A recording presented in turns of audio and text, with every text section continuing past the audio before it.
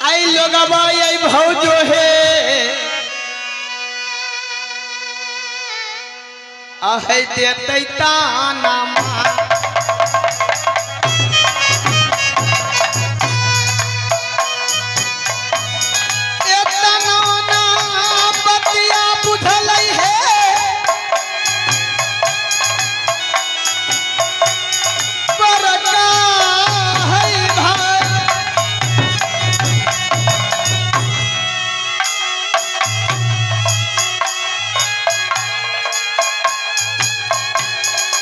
हवा उदास भौजो है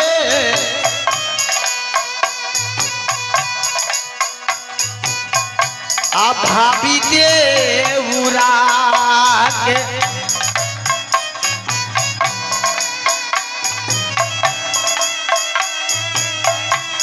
भाभी मोरे सुनियो यही सोना सुकमार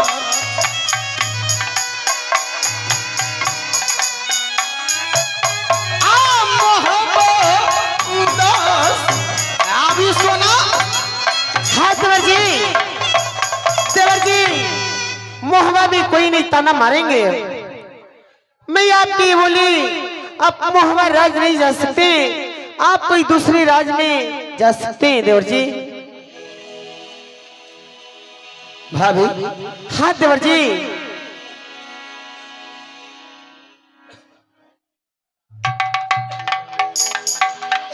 मैं एक बात बताऊं,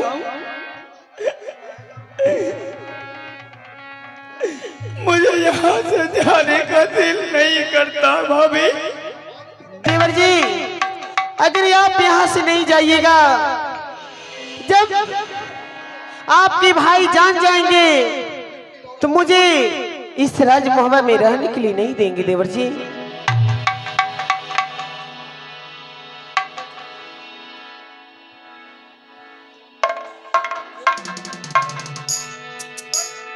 अरे तकदीर में लिखा था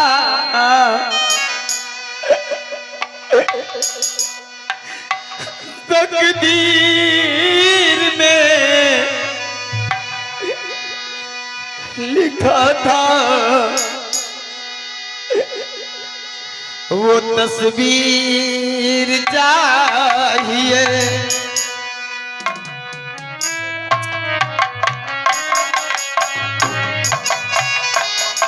तस्वीर में लिखा था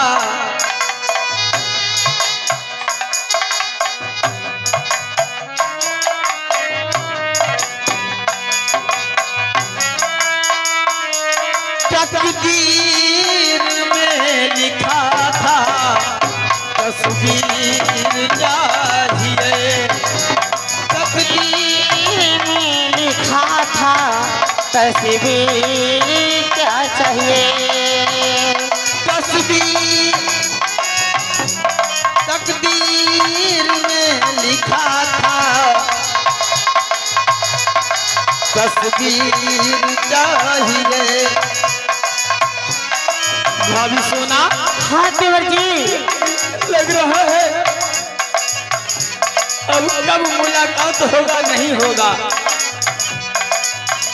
देवर जी मुलाकात अब होंगे, आप कहीं भी रहिए, आप अच्छे से रहिएगा देवर जी। मैं तो यही बोलूंगी।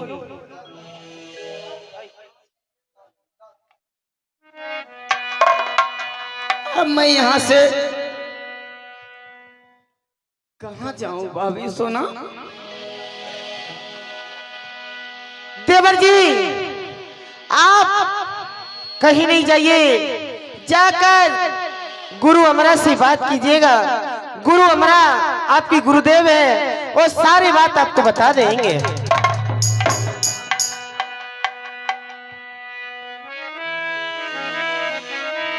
ठीक है माँ। हे भाभी माँ,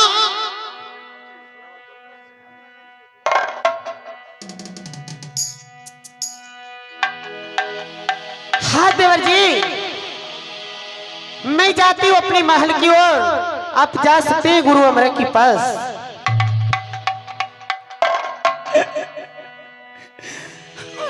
रखियो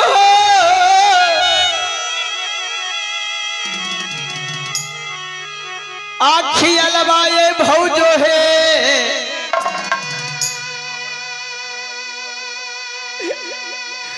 देवरा छोटा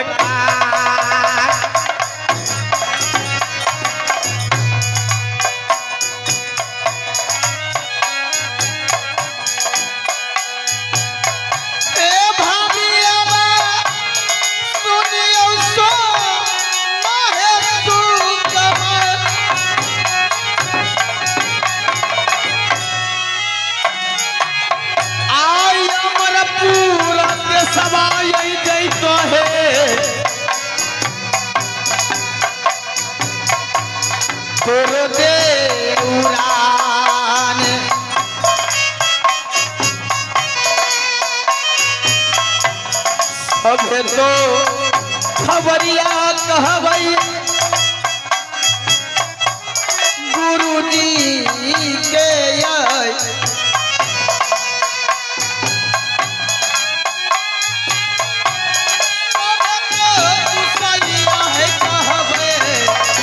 गुरु हमारा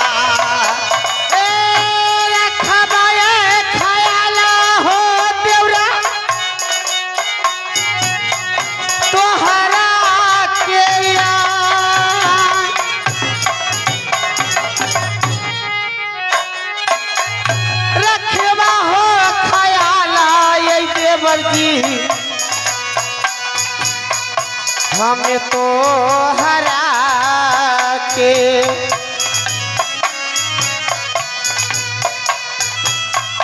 चाहो जाहो यही जाहो देवरा गुरु जी के पास।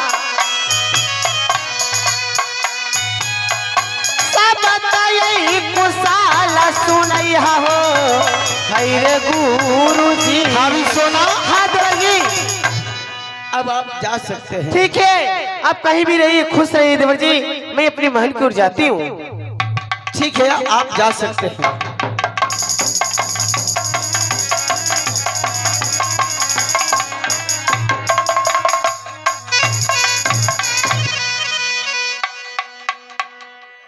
हर की ऐसे तो दुख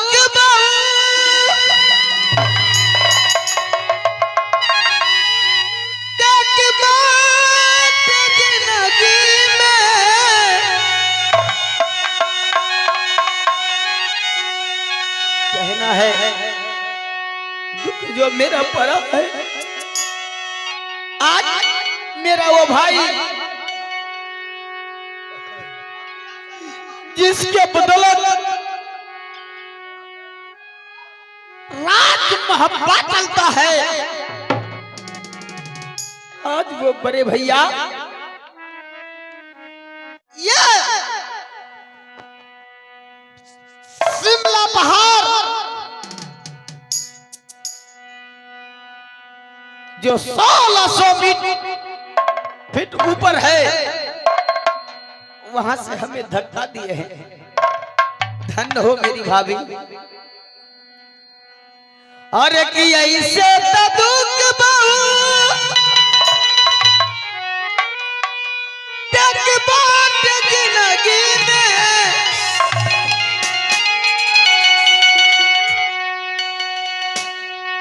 अब मैं राज मोहब्बत का राजा नहीं,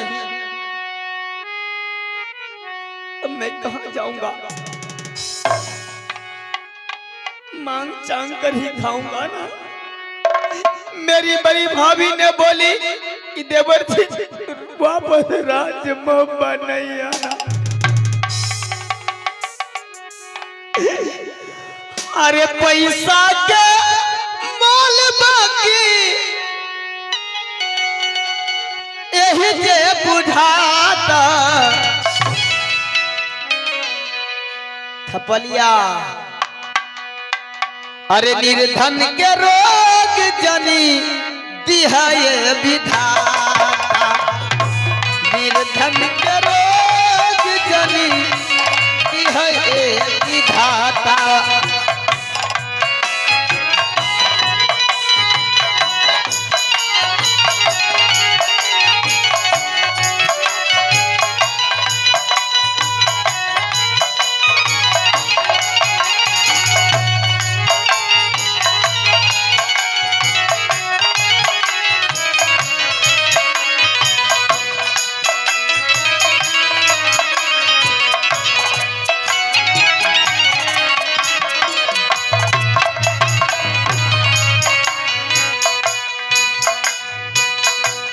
ऐसे तंदूर के बहू तक बात जिंदगी में पैसा के मोल बाकी अभी ये बुढ़ाता। देखियो हमर माता जी दिलखिन ए बाटी आबो ए बाटी आबो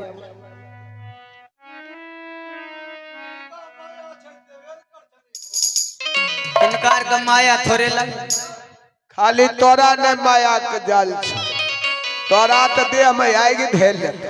अरे पैसा के मोल बाकी यही के बुझाता। निर्धन के रोग जनी दिहाए विधाता।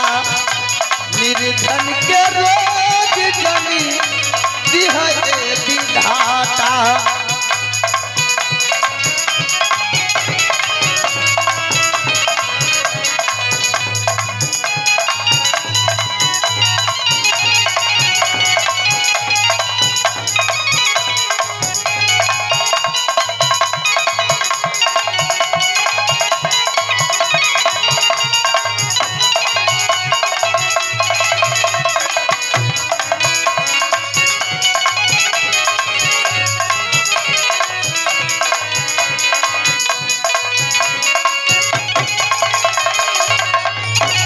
क्या हो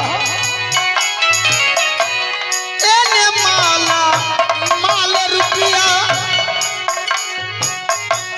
भरल टरक बा।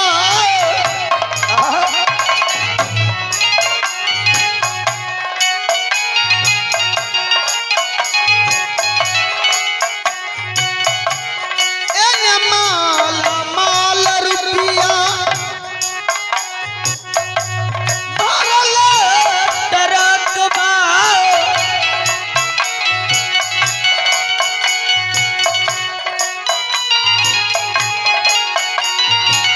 यही लोग मानी अब वही लोग के हकबा।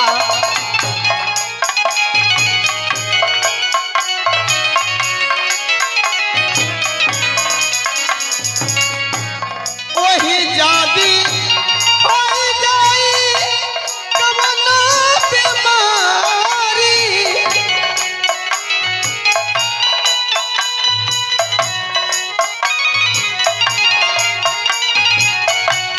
बिना रे इलाज बिनु उहो छटपटाता। अगर कोई इंसान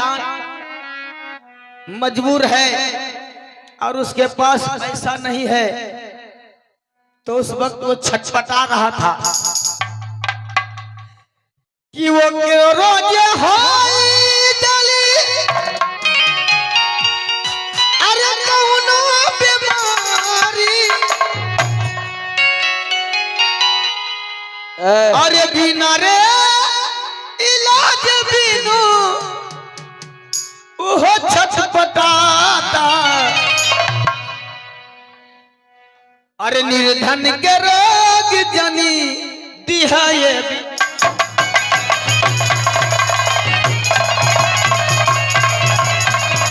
निर्धन के रोग जनी दिहाए विधाता।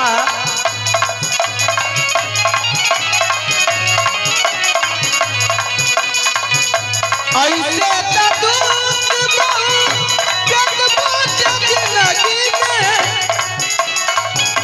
पैसा के मोल बाकी अभी ये बुझाता। निर्धन के रोग जनी दिहाए विधाता। निर्धन के रोग जनी दिहाए। या मां दुर्गा अब चलूं। अब मैं यहाँ से चलता हूँ अमरपुर देश, जहाँ पे हमारे गुरुदेव गुरु अमरा रहते हैं।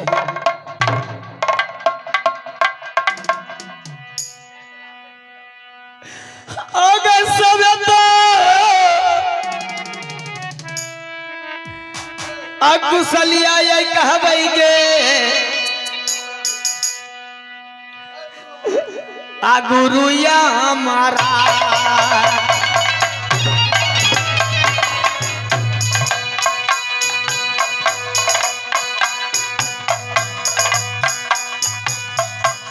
सभे तो खबरिया कहबई गुरुजी के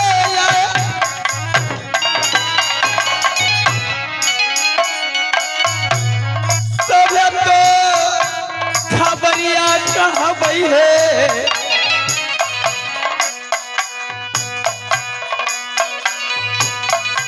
आ गुरुया मरा के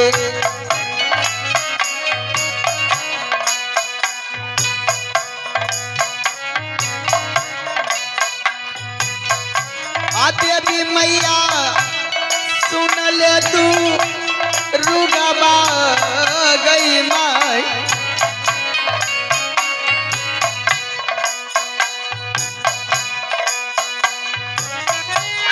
सब खबर लिया गई कहबे गुरुया हमारा से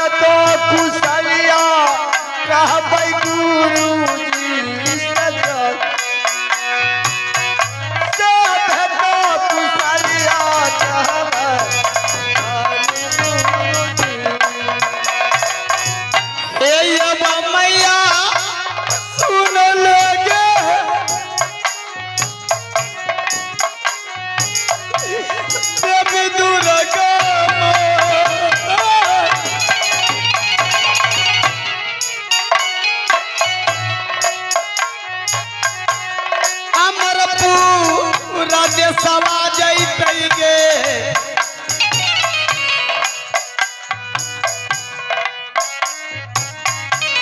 बाबूरू दाला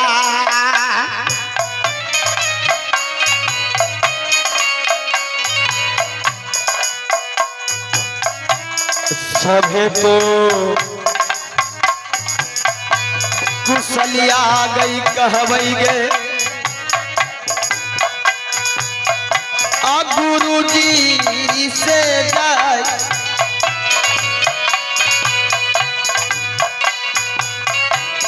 सब वीर तना गई बोलबे गुरुया